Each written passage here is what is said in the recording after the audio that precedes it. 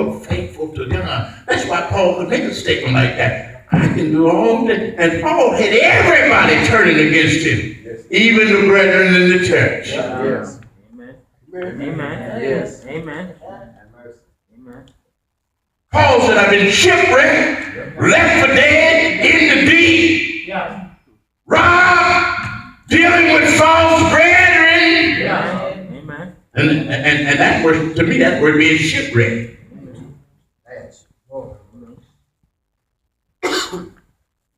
But then Paul turns around and says, but I can do all things. Paul, are you serious? He said, I can do all things. Not through Paul, but through Christ, who strengthens me. We can make a difference. Now, let me get to this. The time is out. Lord have mercy. I got a few minutes. Got just a few minutes. But Brother Coffey, you need to go a little longer. We ain't been able to shout that. You take your shoes up, shout. You shout. Well, Jesus. Here is the necessity. When you talk about making a change, when we talk about making a difference, there is a necessity. You know what the necessity is? The necessity is your faith. Yes. You can't change anything. Your faith. We can make the difference, church. If everyone in this auditorium this morning made up their mind that they were going to make a difference, we could change this whole community. Amen. Amen. Amen. Even my amen. Amen.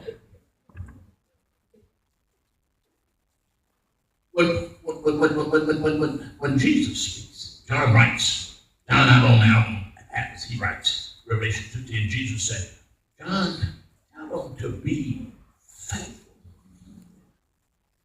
unto death. Is that what he said? Notice, he didn't tell them, he didn't say, tell them to have faith unto death. He said, tell them to be faithful unto death. That's Revelation 2:10. He didn't say, now tell them to keep faith that long. But tell them to be faithful is an act of having faith. That's the result of having faith, being faithful. Being faithful. And all of us have faith to something. Not necessarily to God. We have faith to something. You have faith when you go get that job and they say, we're going to pay you on Friday. The man tell you going to pay you on Friday. He didn't say what Friday. But you're going to be there to remember. Man, you say Friday. Sometimes, and this is not bad. Many times we're faithful to our children.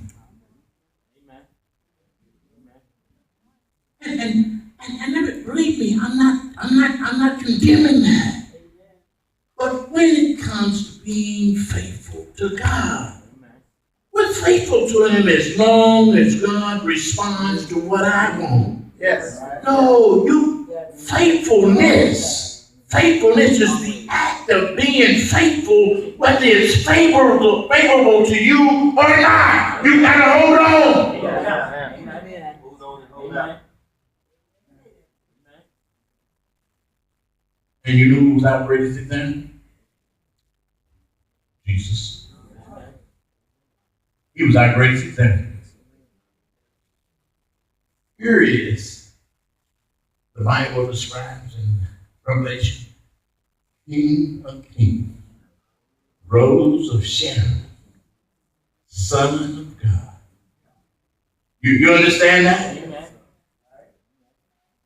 And the Bible tells us that those Romans spit on him.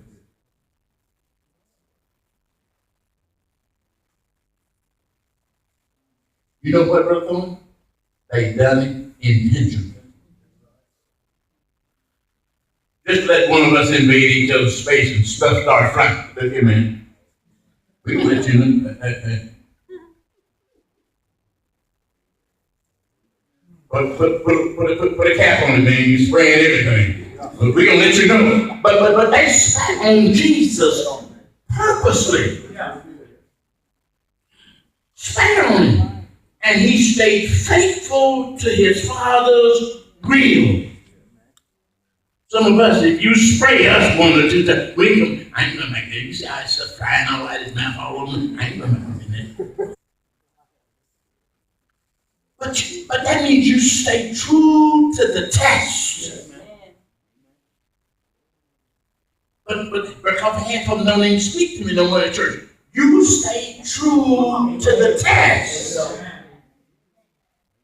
They didn't even shake my hand last week. Stay true to the test. Remember, Jesus told those guys, if you got a little faith, you can tell that tree to go out there in the water, in the ocean, and it will go.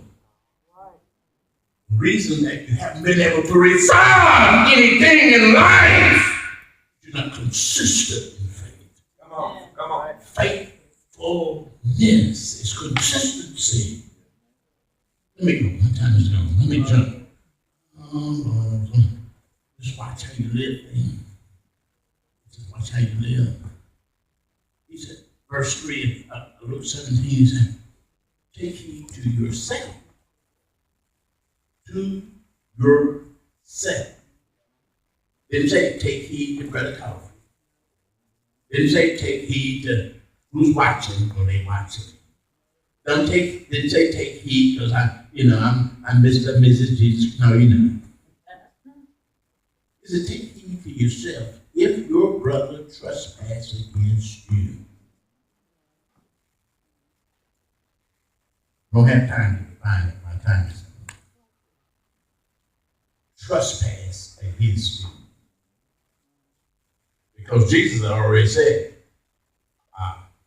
it's impossible. But these things are going to happen. The Lord already knows about us. When you get a bunch of us together, something's going to happen. We're going to generate some friction. Yeah.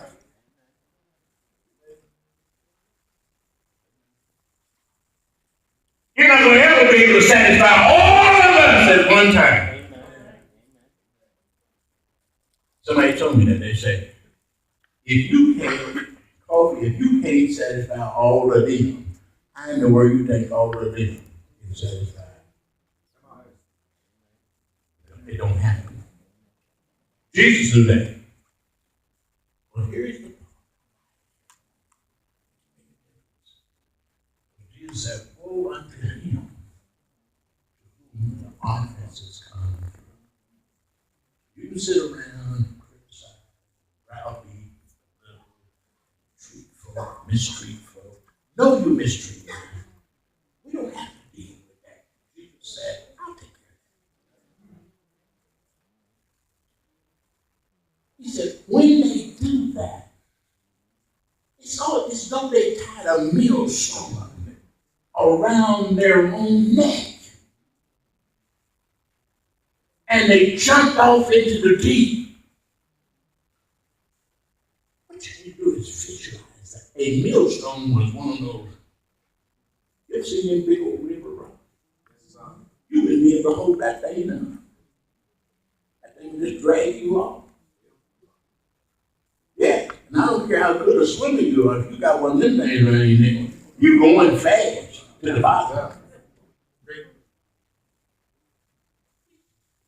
And the reason that the severity of that is written is because that troubles so many of us. The reason we can't make a difference is because we are worried about somebody else's disposition. Leave them alone. God will deal with them. I may remember Judas. Anybody here remember Judas? Do you? What was Judas? What was Judas? He said, Ted Cruz, no.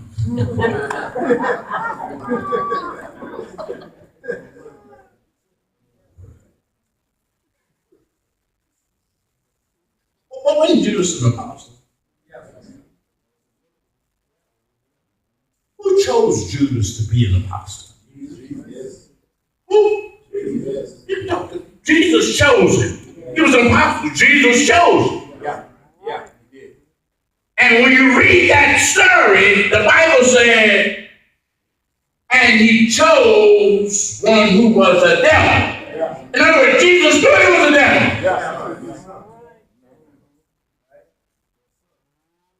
But nowhere else in the scripture,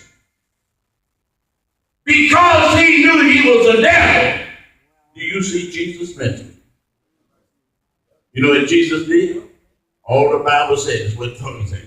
The Bible says more than 40, he loved him. He ain't go back and say, Jesus, I know you ain't right there. I'm glad I bought my pocket knife. I know you ain't right. He never bothered Judas. He never backlashed him. I'm sorry. I'm sorry I chose you. Man. He even sold Jesus for 30 pieces of silver. But here's what got Judas. That's why I said we can make a difference. The consistency of the Lord. Jesus conscious. Judas started making concessions against his own conscience. And when he started making those concessions, the Bible says he killed himself. We can make a difference. I know we can make a difference. We ought to say today, starting today, my time is up. But we ought to stay today. Because when those apostles in verse 5 said, and the apostles said unto the Lord, Lord, increase our faith. Jesus didn't turn around and say, oh, you need your faith? I got you, fellas. I'm going to increase your faith. No. You know what he said? The Lord turned to him and said, if you just had faith as a grain of mustard seed, I'm going to tell you how to increase your faith. If you just got a little faith, just be faithful to God. That'll increase your faith. But when you succumb, give in, don't follow through, when you give up to what Satan wants rather than what God wants, the little faith you have, it digresses rather than increases. He said, Lord, increase our faith. The Lord said, if you have faith, bring. You don't have to have whole lot. You don't have to have whole lot. You know, mustard seed is small. He said, if you just have a little bit. Do you have a little bit? How much do you have? See, it will grow if you just be faithful to the cause of Christ. That will cause your little faith to grow. Yeah. It can't grow if you're not faithful. Amen. You hitting and missing, in and out. You don't see the necessity. I've got a lot on that page, but I can't get to it. One of the things Paul talks about in 2 Timothy chapter 3. He said, study. We didn't got away from that.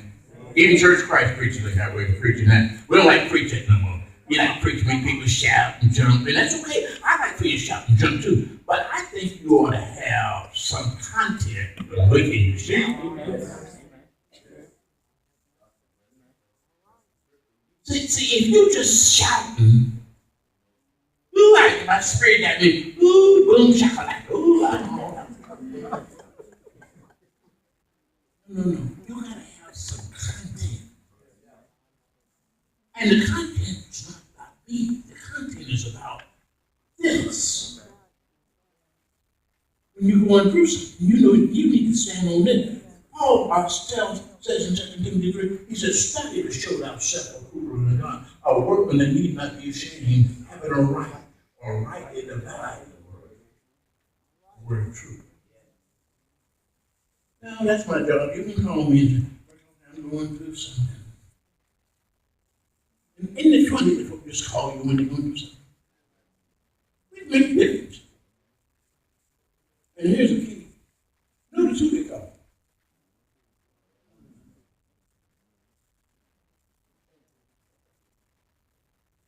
Faithfulness. Out of those 27 books in the New Testament,